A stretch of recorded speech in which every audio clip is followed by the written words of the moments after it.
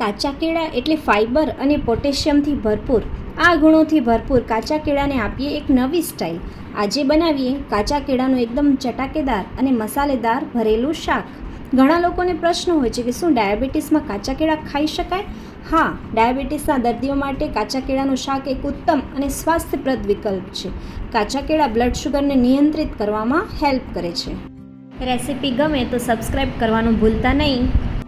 કાચા કેળાને ધોઈ અને એની છાલ આ રીતે કાઢી લઈએ. છાલ કાઢી લીધા પછી જો આ રીતનો ગ્રીન ભાગ રહી જાય તો એને આપણે કાઢી લઈશું. અને એક કેળાના 3 કટકા કરી લઈએ. આ રીતે વચ્ચેથી કટ કરી લઈએ ભરવા માટે. અને એમાં 2-3 ચપટી જેટલું મીઠું ભભરાવી અને મિક્સ કરી થોડીવાર એટલે કે 5 થી 10 મિનિટ માટે આપણે કેળાને રહેવા દઈએ, જેથી કેળા છે થોડા સોફ્ટ બની જશે. ત્યાં સુધી ભરવા માટે મસાલો તૈયાર કરી લઈએ. જેમાં 2 મોટી વાટકી એટલે કે 2 કપ ચણાનો લોટ લઈએ અને એમાં મસાલા એડ કરીએ. જેમાં 2 ચમચી મરચું, 5 ચમચી હળદર, 2 ચમચી ધાણા જીરું, અડધી ચમચી હિંગ, 2 ચમચી સાકરનો પાવડર. ડાયાબિટીસવાળા માટે બનાવતા હોઈએ તો સાકરનો પાવડર સ્કીપ કરી શકાય.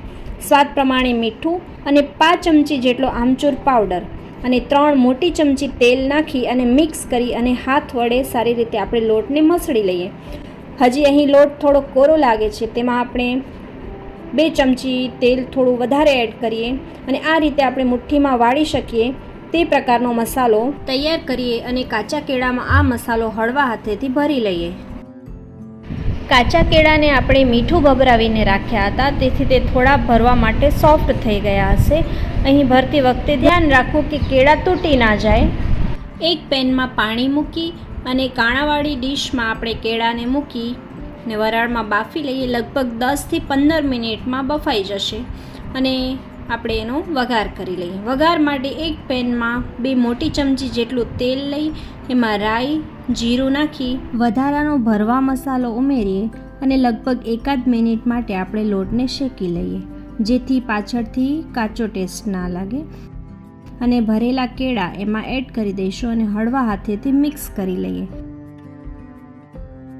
અને ઉપરથી લગભગ 1 થી 2 ચમચી જેટલું પાણી છાંટી સારી રીતે મિક્સ કરી લઈએ, એટલે મસાલો કેળા ઉપર સારી રીતે ચોંટી જાય.